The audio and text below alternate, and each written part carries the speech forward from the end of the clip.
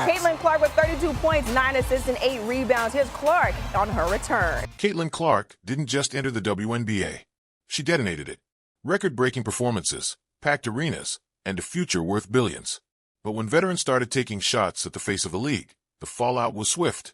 The question is, what happens when one player becomes untouchable? DeShields found out the hard way.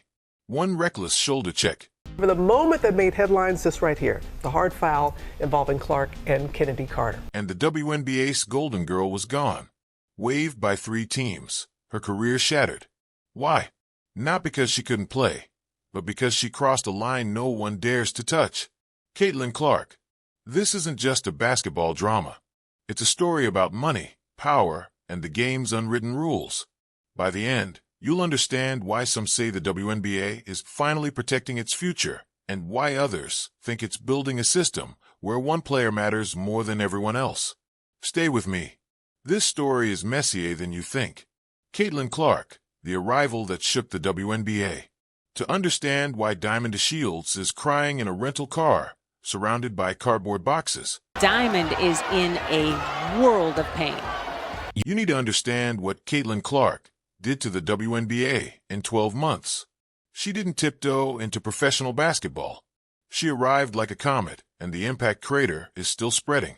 By the end of her 2024 rookie season, Caitlin Clark has been named WNBA Rookie of the Year. The 22-year-old point guard from Iowa had accumulated 769 points and 337 assists, demolishing every first-year record the league had ever kept. She recorded 2 triple-doubles, something most guards never achieve in an entire career. She drained shots from the logo that would make NBA players hesitate. And everywhere she went, the attendance records followed. The Indiana Fever, her team, saw their season attendance explode to 643,000 fans. That's not a typo. They lapped the second-place team by over 200,000 people. 3 different arenas broke 20,000 attendance just to watch her play. League-wide attendance jumped 48% in a single season. Sellouts tripled. Now the WNBA cashing in on its recent surge in popularity, scoring a media rights deal. Television ratings climbed into territory the WNBA had never touched, with primetime viewership spiking 170% compared to the previous year. The money followed the eyeballs. Merchandise sales across the entire league increased by 6% and 1%. Sponsors who had ignored women's basketball for years suddenly couldn't write checks fast enough. Shoe deals materialized. Soft drink campaigns launched. Primetime promotional spots that used to feature nameless highlights suddenly centered on one player's face. Networks started whispering about a post-20 or 26 television deal worth 9 figures annually, a number that would have been laughable just 3 years earlier. Caitlin Clark became what league insiders bluntly call the cash cow, the golden goose. Clark for the lead. The economic engine that finally made the WNBA's decadecil-long promise of profitability look achievable. She wasn't just a Rookie of the Year candidate. She was the answer to every financial prayer the league had muttered since 1996. But here's the thing about being the most important player in a league. Every shadow you cast falls on someone else. And in those shadows where the cameras don't point and the endorsement deals don't reach, resentment was building. Jealousy was simmering. And some players decided that if they couldn't share the spotlight, they would at least make the Golden Girl feel their presence. The hard foul started before Clark had even played 20 games. Carter's mistake, the hit that backfired. The first real explosion came on June 1st, 2024. Sold-out arena, national television. The Indiana Fever faced the Chicago Sky in a game that meant more for ratings than standings. The play itself was unremarkable. Clark released a pass and was transitioning back on defense, her eyes following the ball down count.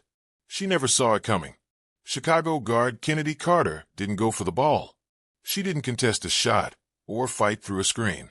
She barreled shoulder first into Clark's spine with the kind of force that belongs in a football highlight. A day after the WNBA upgraded a foul by Kennedy Carter on Caitlin Clark to a flagrant 1, Carter saying she has no regret. Not a basketball court.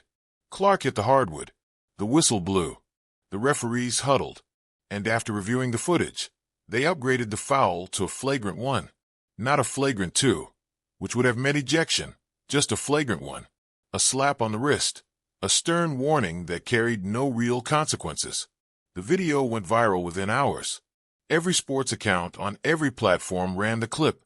The hashtags exploded. Commentators dissected the hit frame by frame, pointing out that Carter's shoulder was lowered, her trajectory was deliberate, and there was absolutely no play on the ball. This wasn't competitive physicality. This was targeting. Carter's response made things worse. Instead of apologizing, she doubled down on social media. I think I got hit in the head the play before, and it was just like one of those things that was in the heat of the moment. You know, I don't know Caitlin. I don't know her from anywhere. Side-eyeing memes, cryptic posts, the kind of online behavior that screams no regrets louder than any press conference could. The basketball world watched and waited for consequences. They never came, at least not officially. Carter finished the game. She wasn't suspended. She wasn't fined in any meaningful way. The league issued the standard boilerplate statement about reviewing plays and protecting players, and then everyone moved on to the next news cycle. But something had shifted. The hit on Clark had been too public, too deliberate. This physical moment involving the WNBA's most high-profile rookie raising questions. Too obviously targeting the league's most valuable asset. And while the official punishment was minimal, the unofficial consequences were just beginning to accumulate. By training camp 2025, Kennedy Carter's phone had stopped ringing. Teams that needed guards weren't calling. Her agent reported dead silence from front offices that should have been interested. She started appearing in overseas league discussions and YouTube vlogs. The kind of content players make when their professional options have evaporated. Social media specialists who track player marketability started using a specific word to describe her situation. Radioactive, too risky to sign. The flagrant one hadn't ended her career, but the target of that flagrant one might have. And Kennedy Carter was just the opening act. Diamond DeShields' fatal mistake. If Carter's hit was the warning shot, Diamond DeShields decided to ignore it completely. DeShields wasn't some fringe roster player with nothing to lose. She was a legitimate star. Floor. DeShields pokes it away. Diamond DeShields in for another bunny. A third overall pick in 2018, who had won a WNBA championship with the Chicago Sky in 2021. She had Olympic experience, endorsement deals, and the kind of resume that should guarantee employment for as long as she wanted to play. She was the old guard, the established veteran, the player who had put in the work long before Caitlin Clark was a household name.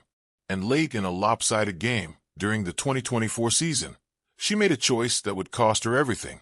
Clark was cutting through the lane, moving without the ball when DeShields sized her up.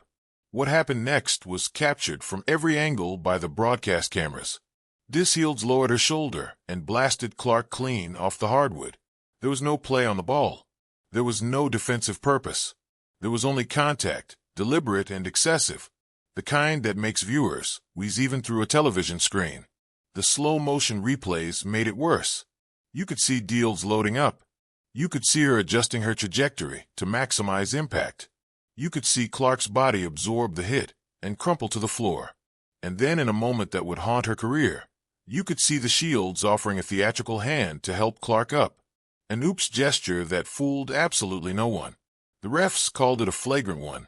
Again, no ejection, no suspension, no fine. Clark got up, drained her free throws, and the game continued. But this time, the aftermath was different. The replay reels didn't just loop for a few hours. They dominated sports coverage for days. Podcasts that normally discuss playoff brackets spent entire episodes dissecting the hit.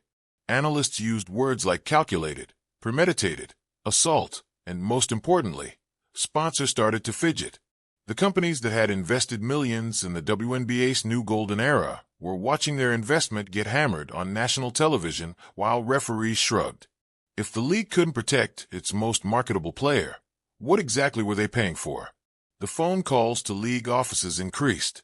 The pressure mounted, and behind closed doors, something cracked. The fall of Diamond DeShields. The dominoes started falling fast.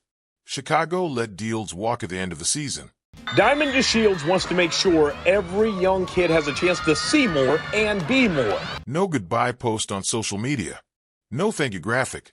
No press conference expressing gratitude for her championship contributions. Just silence.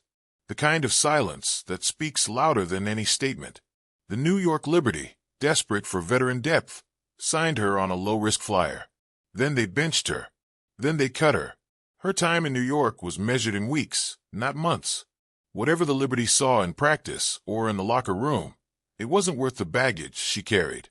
Connecticut tried next. The Sun needed guard depth, and DeShields needed a chance to rebuild her reputation. For a brief moment, it looked like the story might have a redemption arc. Then came May 15th, 2025. 2 days before opening night, the Connecticut Sun issued a press release that was brutal in its brevity.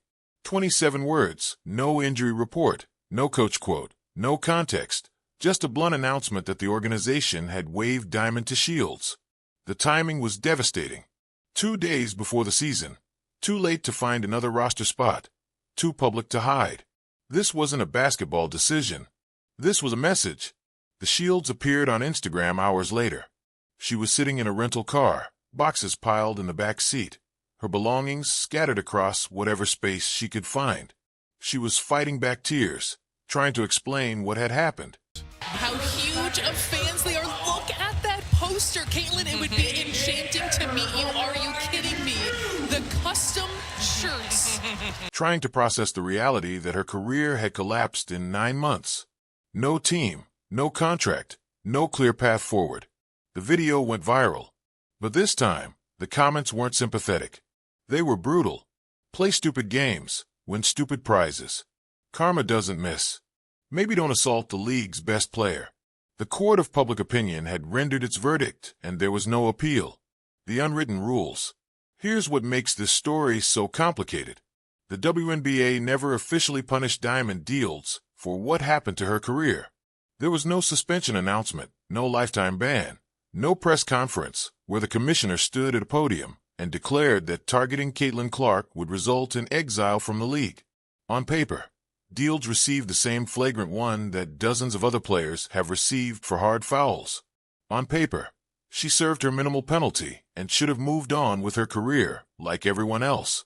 But paper doesn't pay salaries, and the reality of what happened to DeShields tells a very different story than the official record. Agents who work in women's basketball have started whispering about something they call the Clark Clause. It's not written in any contract. It doesn't appear in the league's collective bargaining agreement. You won't find it referenced in any official WNBA documentation, but it exists in the conversations that happen between general managers and player representatives, in the calculations that front offices make when evaluating free agents, in the risk assessments that determine which players are worth signing, and which players carry too much baggage. The Clark Clause is simple. Sign a player who targeted the league's most valuable asset, and you inherit her problems. The sponsors who are finally investing real money in women's basketball will ask questions. The media coverage that follows your team will include uncomfortable storylines. The fan base that has grown exponentially because of one player's popularity will have opinions about roster decisions. Around, evades Van Lith, and drains it! My goodness! And in a league where financial margins are still razor thin, those questions and storylines and opinions translate directly into risk that most organizations would rather avoid. Whether this understanding is official policy handed down from the commissioner's office or simply collective self-preservation among teams that have independently reached the same conclusion doesn't really matter. The effect is identical. DeShields hasn't received a legitimate contract offer since Connecticut cut her. Carter's phone stays silent despite her obvious talent. Other players who threw questionable fouls at Clark during her rookie season have watched their career trajectories bend in unexpected directions, opportunities evaporating without explanation, roster spots going to less talented players who carry less controversial histories. The league has created a two-track discipline system without ever acknowledging it exists. There's the official track, where flagrant fouls result in free throws, and maybe a small fine, where the rule book applies equally to everyone, where the punishment fits the specific violation regardless of who committed it or who received it. And then there's the unofficial track, where certain actions trigger consequences that no rulebook can capture, where the market itself becomes the enforcement mechanism, where careers end not through suspension, but through silence. Some people call this justice finally arriving. They point out that Clark absorbed a legal hit after a legal hit during her rookie season, while the league did essentially nothing. They argue that the players who threw those hits knew exactly what they were doing, and are now facing appropriate consequences for targeting the sport's biggest star. The system is protecting its most important asset, even if it's doing so through back channels rather than official punishment. And honestly, maybe that's how it should work. Maybe players should understand that there are certain lines you don't cross, and the market will enforce those boundaries even when the referees won't. Others call it something far more troubling: a protection racket built around one player. A system where careers become expendable based, not on what you did, but on who you did it to. A league more concerned with protecting its investment than maintaining consistent and transparent discipline. If the DeShields had thrown the exact same hit on a player who wasn't generating 9-figure television deals, would she still be unemployed?